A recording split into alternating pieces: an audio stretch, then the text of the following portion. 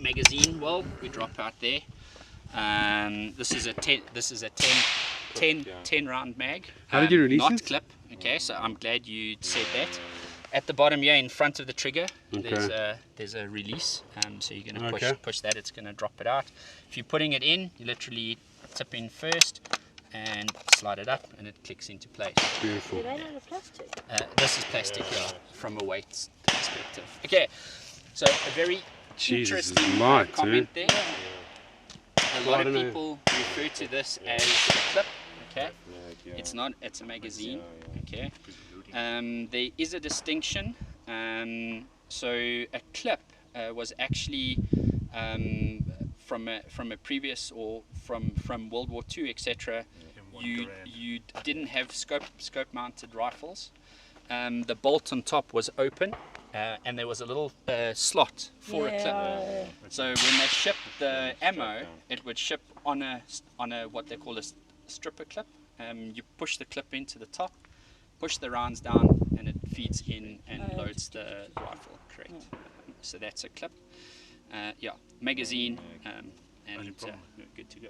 So it creates a consistent steel, same pressure, etc. You're not getting pressure changes. If you keep cleaning the copper out, the first 3 to 10 rounds, you're literally putting copper back, and you're going to see it down range. Okay, so we keep those handy. Couple of shots, clean it out. Lens pen for the scope. It gets a bit dusty. Okay. The bipod that I have, I imported that. Basically comes with various feet. So depending on the surface, like here we shoot with 4. If you're shooting off of concrete or whatever, we have the hard feet. If you're shooting off of a bench, we have the rubbers. Now, with the prone position that we're going to take up, one of the important things that I'll show you is what we call loading the bipod. So you'll see here the bipod is angled to the back of the rifle, not to the front. Okay, and when we put it into our shoulder, what we're going to want to do is push slightly forward with our body, or have a bit of forward pressure that these feet are digging in, and what we call the bipod is loaded. Okay, the reason for this and this angle is in recoil. When you fire that shot, the weapon's going to come straight back into your body. Okay, into your body. So that's what you want. You want so this you have straight a gap. back movement. If you have the bipod out like that, what's going to happen now when you fire is it's going to hop. Okay, so you're going to get a jump. And what happens is you're going to see the effect down range again. So we want it forward. These do cant, but you obviously get them, they feel more straight, etc. It doesn't matter on the style, you always want to load the bipod, so you're going to want some pressure on the bipod going forward. Okay. So that's the bipod there. So that's why that you're going to do something against that particular thing. So all the targets you buy from the gun shops, it's what we just call like the silhouette. Then I like depersonalized. That is something that has a face, if I'm not mistaken. So no faces. Yeah. Right. This sock. Okay. I basically use a sand sock. You can feel the weight. It's quite a bit heavy. You can buy various components. This is a rugby sock.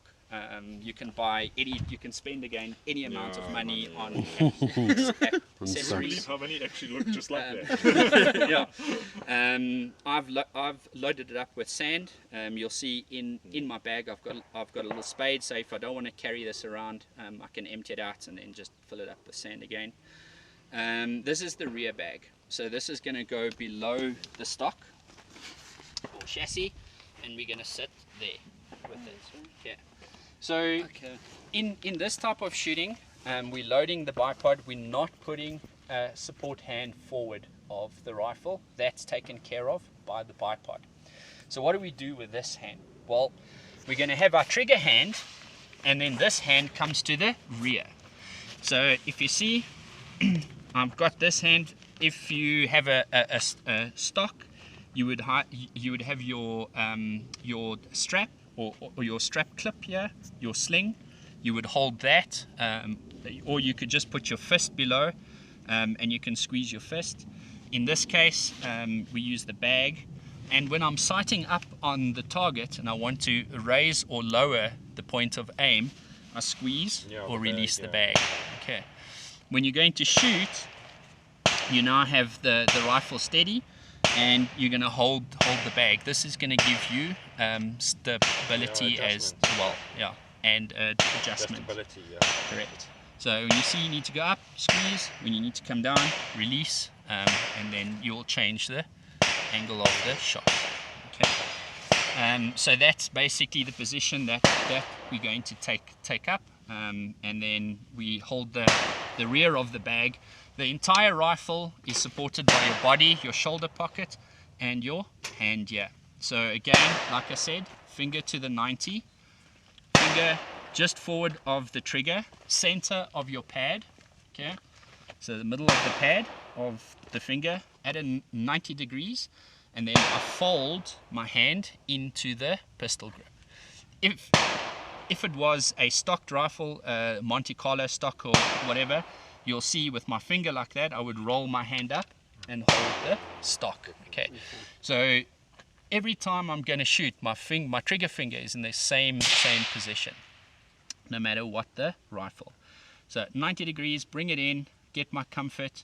Pistol grip, you can either bring your thumb around, okay, or you can put it up or wherever's most comfortable. There's a bit of a ridge here on the chassis, so you can put it in.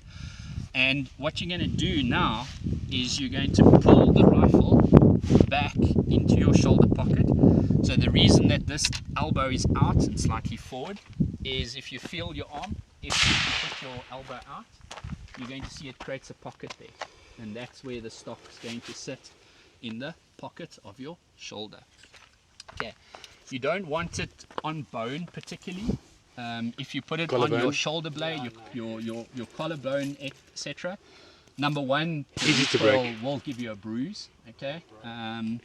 Easy to break. Yeah, but the most important thing is that you're going to have wobble.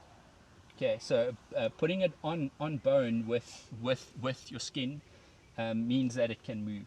Okay, so it's not stable. So if you put it into that pocket and you pull it in, you'll find that it then doesn't move. And what we're doing is we're using these fingers here. We're not gripping the rifle like as in I'm making a handshake. We're pulling the rifle back into that pocket.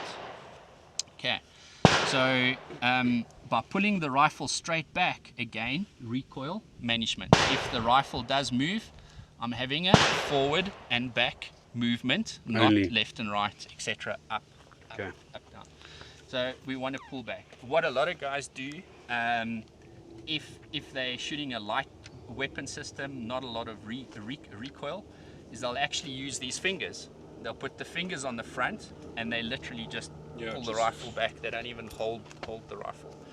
Because what you can tend to do is if you're holding the rifle, it's so easy to go, oh, I'm just a bit off target, and then you move you adjust the hand and no. So like I said, I'm on target. I'm like, oh, I need to be shooting that target. What do? I take my waist and I move it. Okay. Then what you can do, if you're practicing or you're not as sure, you come off the rifle, stand up, again, come down, like, oh, okay, there's my target.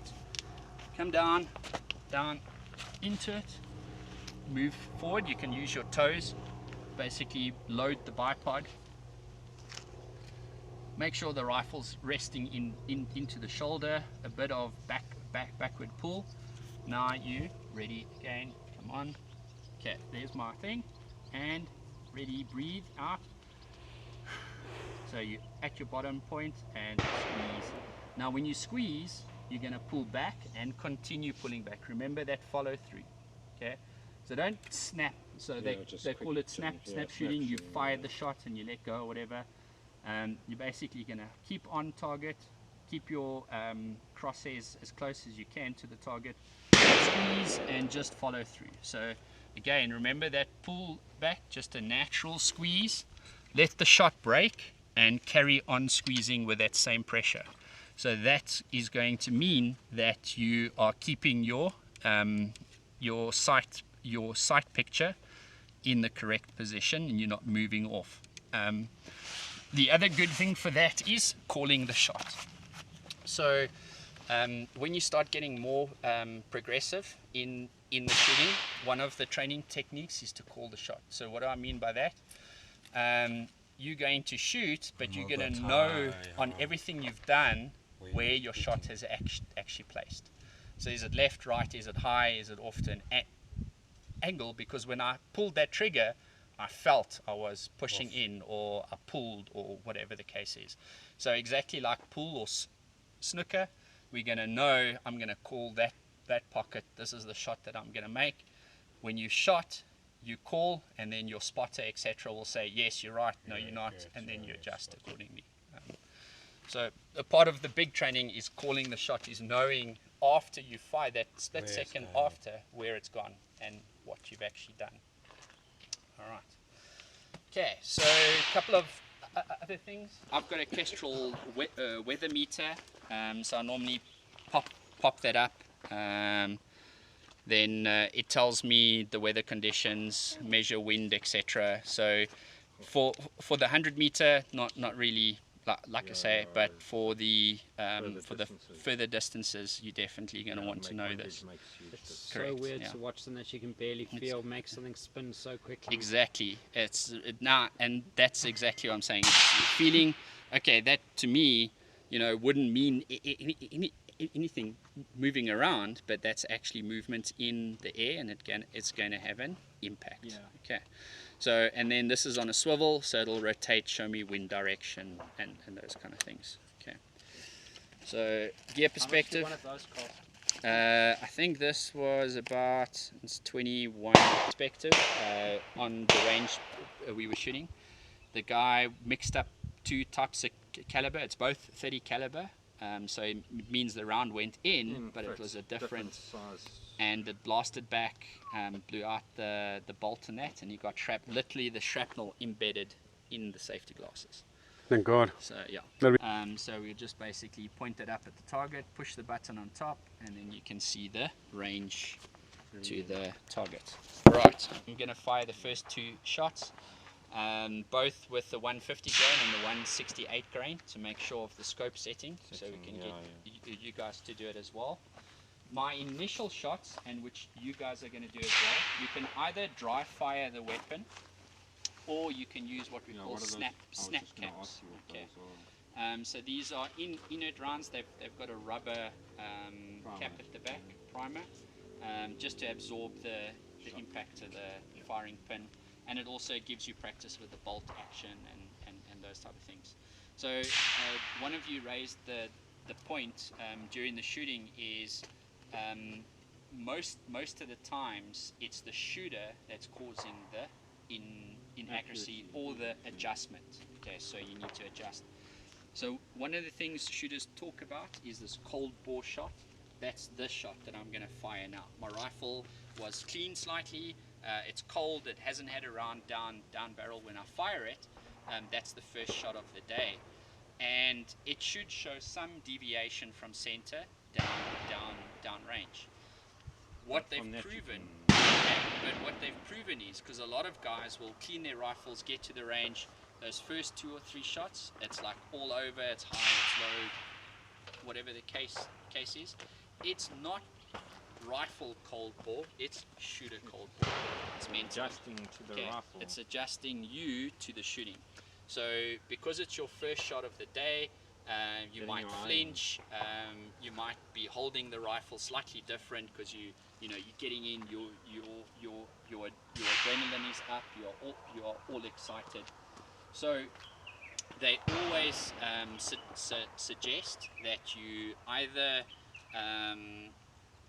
dry fire the rifle the first couple of times. Okay, so in your shooting position, do follow all your steps, dry fire. Or of course, if you're running the bolt, etc., you can use snap caps, and you'll actually find those first couple of shots, you'll be like snapping or doing something because you're on target, you really want that shot, and then mentally you start actually preparing yourself for the proper shoot. Okay, so I'm going to do that myself quickly. Okay, before I do that, let me just actually hand out all the, so here's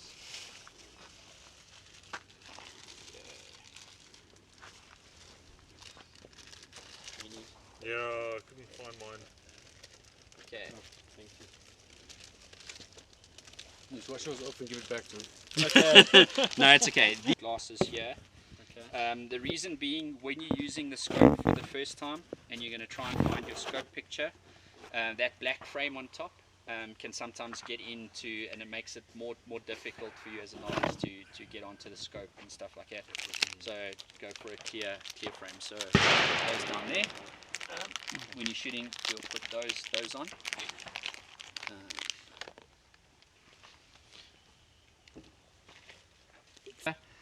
So I'll put that across me like that, and over just the front of the scope, and it makes a world of difference. Cuts that light out.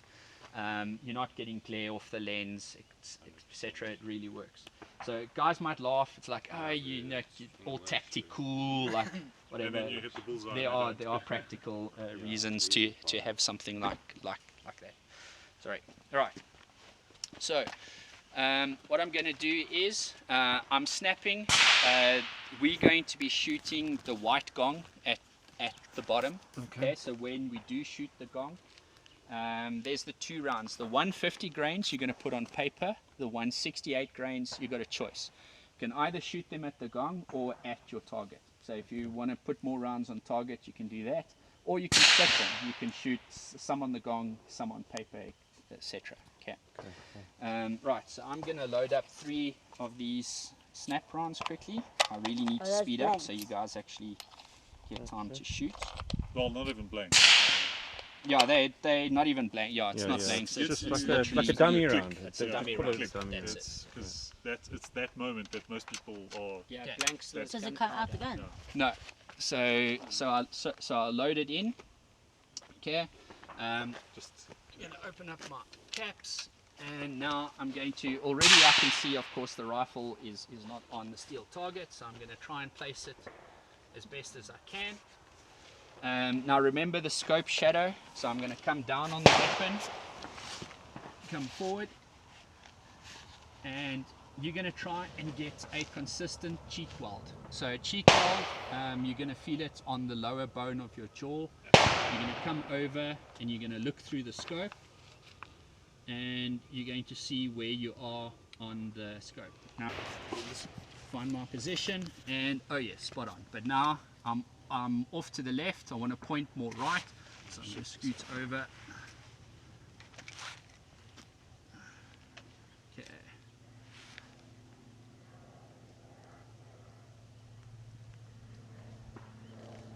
Okay, so what I've just done, we're at 100 meters, and I've adjusted the parallax. Remember I said the parallax of the scope. The scope has some meter settings here. They're not entirely 100% accurate, yeah. 100%. But what you're going to do is you're going to adjust these till your scope picture is clear. Okay, so the target is clear. The ocular lens adjustment is what you're going to adjust for blur of the reticle. Okay, so if the reticle is blurry, you're going to adjust that to clear it out. It is at 10 power, there we go, and if you bring it back, you can see now a lot of times when you're setting up your shot, you want it on the least magnification, so you can get a wider peripheral view. Once your shot is lined up, you can bring it in and set it, there we go, 10 power, and I'm good to go. The other thing that I have on my rifle, again, there's a lot of story how about sick it, is that? is a bubble level. Yeah, level. Okay. Plumb and Martin would go mad. So what I'm going to do with this is I'm going to level the rifle. Now you should feel it. You shouldn't need to do it with rifle. Finger at the 90. Get the grip on my stock, either which way. Okay, to the rear, pull to the rear, and I'm good to go. So now what I can do is I can load the round. So I can bring my hand up, push forward, lock it down. Now I've loaded, the rifle's hot. Come down, get on the trigger, and I'll start my relaxation. All the thing about shooting is being as relaxed as possible when you take that shot. And pulling to the rear slightly, I'm going to squeeze the trigger, And fired. Okay, I'm carrying on squeezing, I've got my sight picture. Now I release, take my hand up, bring it back, it's going to eject the casing. I'm still, look at me, my head position, nothing has moved. Come forward, lock it down, okay, ready for the next shot. In a competition, what the guys sometimes do is they bring the bolt back slightly, just feel for the round. The reason that they would do that is in some competition classes, if they squeeze and there wasn't a round, there's a misfire, that shot counts. So they would get a negative point there. So again, same position, I'm in, holding, and squeeze.